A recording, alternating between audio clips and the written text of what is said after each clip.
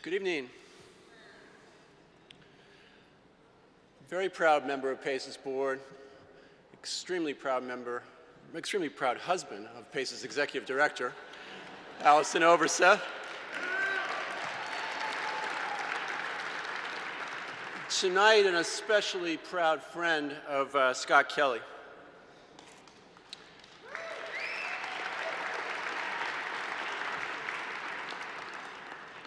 Many of you know Scott as an accomplished banker, an impressive investor in real estate, a good friend, an okay golfer.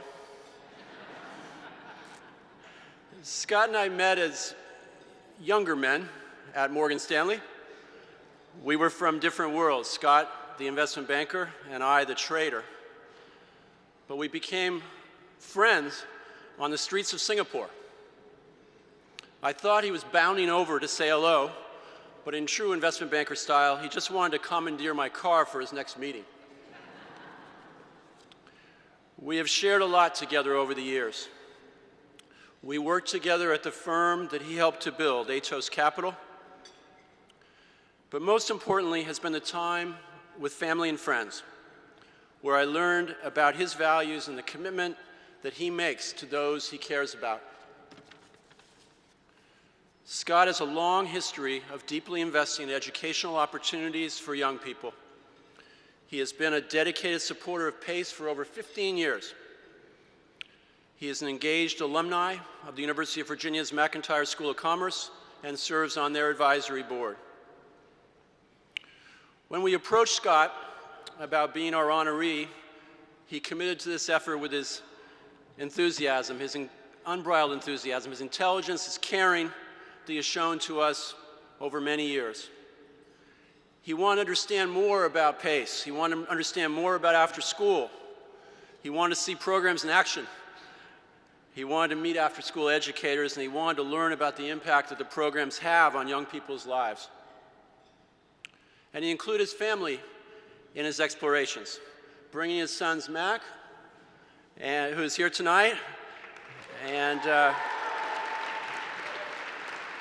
bringing his son Mac and his son Hill to programs, and to meet with tonight's PACE Setter winners. Joining Scott tonight is as a true partner. His girlfriend Nancy Sanford is here and has become a part of our PACE family as well.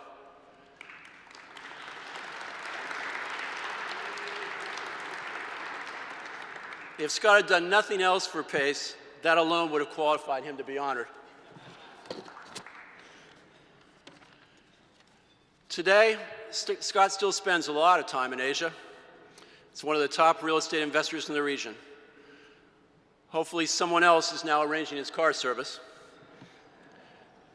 But it is my honor tonight, on behalf of PACE's board and staff and all of your many friends, Scott, old and new, to recognize you as our 2019 PACE Afterschool Champion. Ladies and gentlemen, Scott Kelley.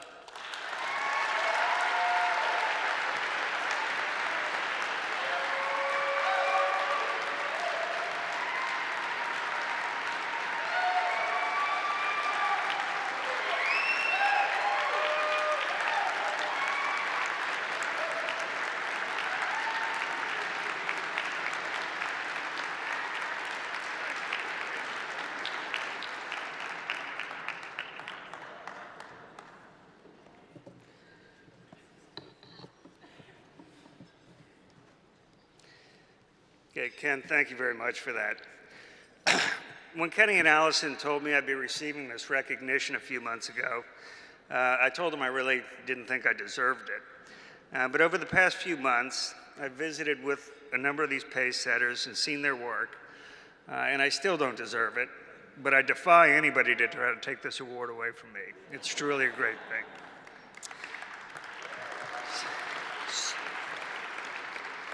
So, Allison sent me a note in preparation for this a few weeks ago and said to talk for between 6 and 12 minutes, and I misread it to say 60 to 120 minutes.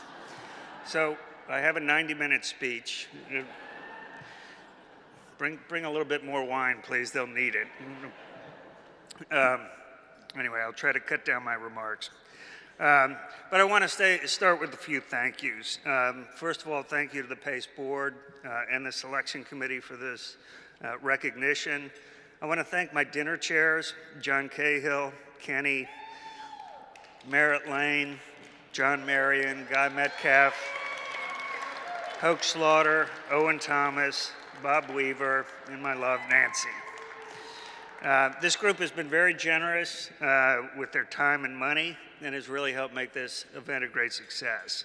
They've been essential in filling up this room and raising money for this terrific cause. But let me digress for 1 second. For those of you who were unfortunate enough to have the lovely Nancy Sanford in charge of getting your donations, I apologize, and the whip marks are going to fade fairly quickly. On a personal note, too, I'd like to thank all the friends from the University of Virginia and New Orleans who have come up here for this event tonight. And it proves once again that people from UVA and New Orleans will go long distances when they hear there's an open bar.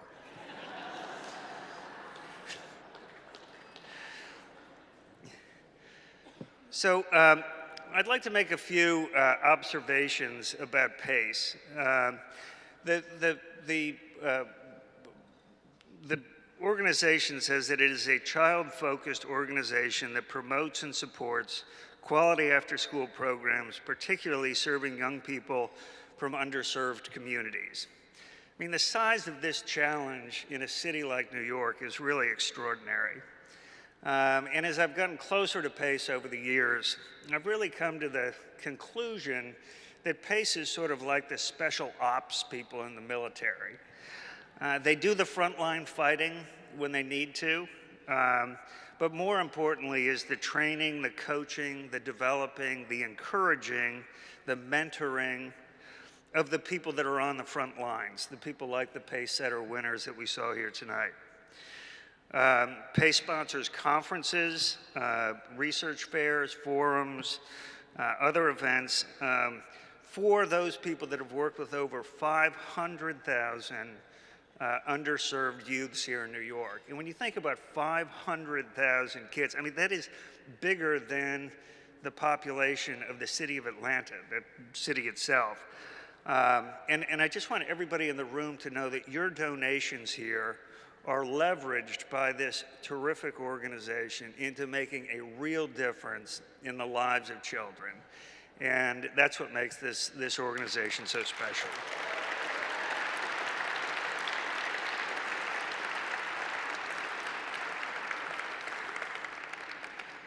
I've also come to realize about PACE that there's both a defensive and what I would call an offensive aspect to the organization. When I say defensive, when I first sat down with Richard, board chair, and he described in detail what the organization was about, he talked a lot about the defensive side, namely how to keep vulnerable youths out of the criminal justice system. If a kid falls into that system, it's difficult, not impossible, as Rostin showed earlier, one of our PACE setters, to get out of the criminal justice system, but it's really hard. And those hours between when they're released from school and when their parents get home from work are critical hours to keep kids occupied and out of trouble. So in these critical hours, PACE and its partner programs afford kids, and again in their materials, they talk about safe, clean, nurturing, positive places to go after school. And I think that's an important element of what the PACE organization does.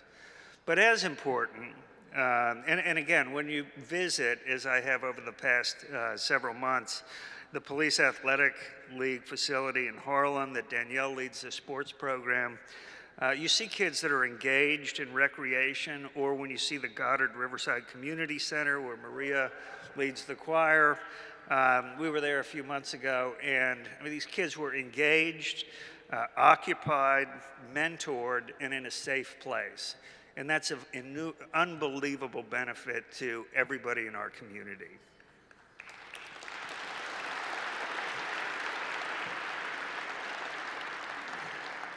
But also there's a side of PACE that plays offense.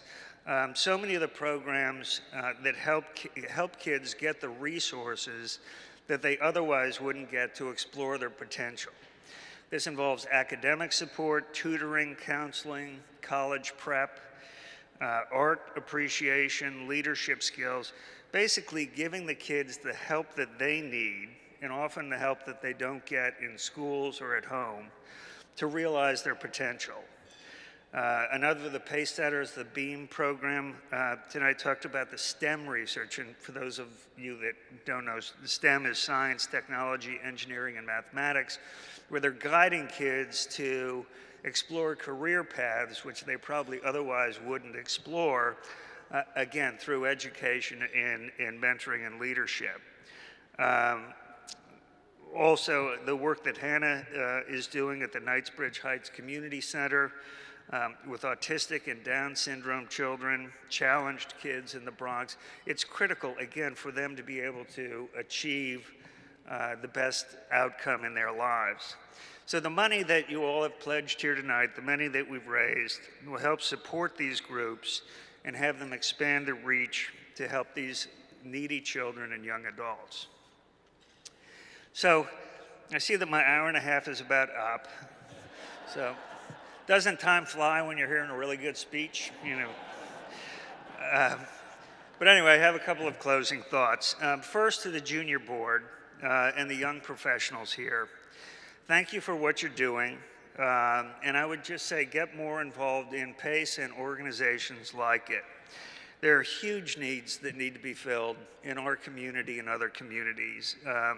And government, whether it's the city government, the state government, Washington, you know, they've proven incapable of bridging the gaps that need to be bridged. The current political climate makes it worse. The idea that they're really going to address these problems is probably even more fanciful. So, but volunteerism is going to address these issues. And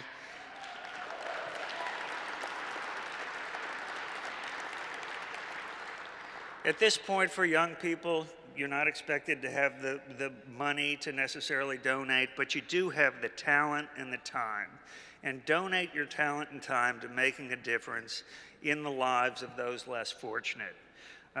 If you can do that, I'll guarantee you'll get much more, 10 times more out of it that you put in.